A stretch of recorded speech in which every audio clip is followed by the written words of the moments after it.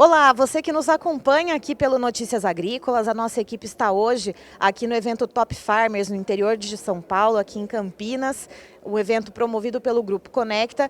E quem está aqui comigo é o Gustavo Spadotti, que é da Embrapa Territorial, que acabou de realizar um painel muito interessante e vai trazer para a gente um pouco de detalhes a respeito de cruzamento de dados, algo que é muito interessante a gente saber, que os dados hoje em dia na agricultura são muito importantes e como esse cruzamento pode nos ajudar, então, a evitar gargalos da porteira para dentro e da porteira para fora. Seja muito bem-vindo, Gustavo. Muito obrigado, estou à disposição aí do Notícias Agrícolas. Gustavo, você comentou um pouquinho a respeito de dados que são colhidos, né? E como você é da Embrapa Territorial, quais dados são esses que são possíveis de serem cruzados e a gente ter uma leitura dos nossos territórios brasileiros? O agro brasileiro, mas também toda a sociedade está vivendo uma época de dilúvio de dados, né? São muitos dados que chegam ao nosso diariamente e trabalhar esses dados é o grande desafio que nós temos dentro do nosso centro.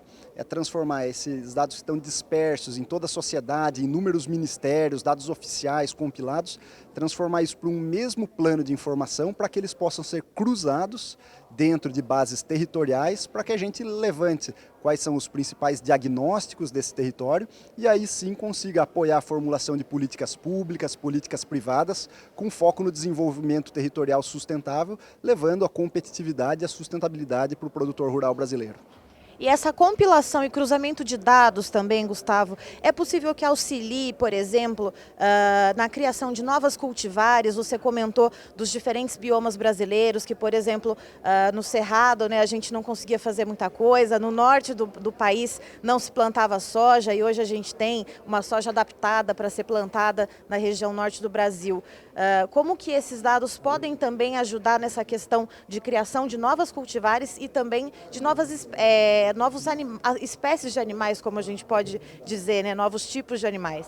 O clima hoje no Brasil é um fator preponderante para o nosso desenvolvimento de variedades. Porém, quando nós levamos os dados e informações dos principais gargalos produtivos de cada um desses cultivos dentro do território brasileiro, seja relacionados a praga, doenças, plantas daninhas, nós temos um novo banco de dados à disposição para auxiliar a tomada de decisão do melhorista genético das nossas unidades da Embrapa, dos pesquisadores das universidades, para ele direcionar o seu melhoramento genético, as melhores práticas de melhoramento genético, com foco nesses desafios que os produtores rurais têm em cada um dos nossos territórios, de norte a sul, de leste a oeste, mas eles não são desafios idênticos para cada um desses territórios. Aí que está a beleza de trabalhar os bancos de dados para identificação dos gargalos, mas principalmente trabalhar com os territórios, com as localidades, para que cada um dos problemas pontuais de cada localidade seja atendido, seja para o melhoramento genético, seja para a fitotecnia, para a criação de novos sistemas de produção, novas práticas, produtos e processos agropecuários, de modo a impactar positivamente a vida do produtor.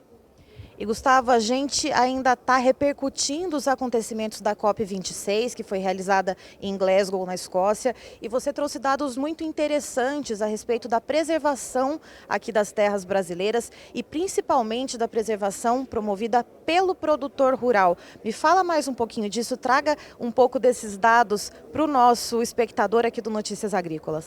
O produtor rural brasileiro tem uma condição ímpar no mundo, né? Que é estar dentro dos processos de preservação ambiental.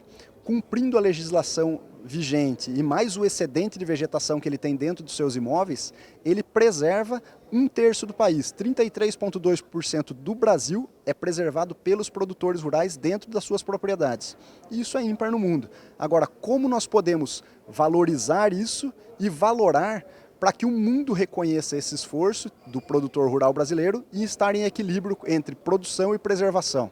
Será que é um mecanismo de conseguir acessar mais facilmente créditos, abertura de novos mercados com maior facilidade? Qual vai ser o mecanismo que o mundo vai trazer ao Brasil para compensar esses serviços ecossistêmicos que os nossos produtores rurais fazem? Eu acho que esse é um grande ponto de debate que nós não temos levado com tanto afinco para reuniões multilaterais, como é o caso da COP, e que pode ser uma pauta interessante para os próximos anos, as próximas negociações internacionais do país. E qual que é, para finalizar, qual que é o gargalo, Gustavo, já que a gente tem essa base de dados tão rica, com esses dados sendo aí cruzados para gerar toda uma quantidade de informações muito consistentes, a gente tem esse dado da preservação que é promovida pelo produtor rural, e por que a gente não consegue levar isso adiante? Tanto aqui para o Brasil, que a gente sabe, tem muita gente aqui no Brasil que fala que o agro destrói, que o agro corrói, né, as terras brasileiras, e também no exterior, que, né, a gente sabe que o mercado externo é de grande valor para o Brasil. O grande gargalo nosso hoje é tecnológico. Não importa se o produtor é pequeno, médio ou grande, em qual localidade do país ele está, se ele tem tecnologia, ele consegue produzir, preservar com sustentabilidade no meio ambiente, social e econômica. Ele vai produzir com competitividade. Esse é o grande desafio que nós temos, é levar as melhores práticas, produtos e processos agropecuários que nós temos nos bancos das universidades, nos institutos de pesquisa, conseguir levar isso por meio da extensão rural, seja ela pública ou privada, levar e fazer chegar a esses produtores rurais, de modo a gente minimizar, a gente chama de yield gap, né, uma folga de produtividade que existem entre os produtores que conseguem produzir menos por área e os principais produtores que estão hoje no topo da nossa cadeia do agronegócio.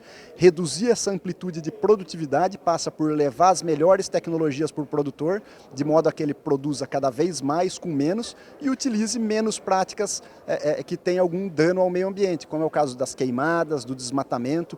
Todas essas práticas que trazem prejuízo ao meio ambiente, a chave para a mitigação delas passa pela tecnologia. Qual a tecnologia que nós temos para mitigar o fogo nas propriedades? Qual a tecnologia que nós temos para evitar o desmatamento? Tudo isso já está pesquisado, já existe, mas falta chegar ao produtor rural. Nós não podemos criminalizar ele por utilizar essas práticas, porque muitas vezes a tecnologia não está à disposição dele. Mas levando essas tecnologias, cada vez mais estaremos entrando num processo de sustentabilidade produtiva e ambiental irreversível que vai melhorar cada vez mais a imagem do Brasil e do agronegócio nosso no mundo. Certo, Gustavo, muito obrigada pela sua participação. Você é sempre bem-vindo a participar do Notícias Agrícolas, trazendo mais informações a respeito dos territórios brasileiros. Eu que agradeço a oportunidade, saiba que o canal também está de portas abertas para nos visitar, seja aqui na unidade, na nossa Embrapa Territorial, seja em qualquer uma das 43 unidades da Embrapa. Estamos sempre à disposição para colaborar com novas práticas, novos produtos e as principais pesquisas que a Embrapa traz para o nosso homem do campo. Certo, estivemos aqui, portanto, com o Gustavo Spadotti, que é da Embrapa Territorial, nos trazendo dados a respeito do cruzamento de informações digitais, de bancos de dados que a gente tem aqui no Brasil sobre os territórios brasileiros e também a respeito da preservação promovida pelo produtor rural e de como isso pode chegar, então extrapolar fronteiras e chegar a outros países e também aqui no Brasil, como se espalhar aqui no Brasil essa informação de que o agro brasileiro sim preserva suas terras.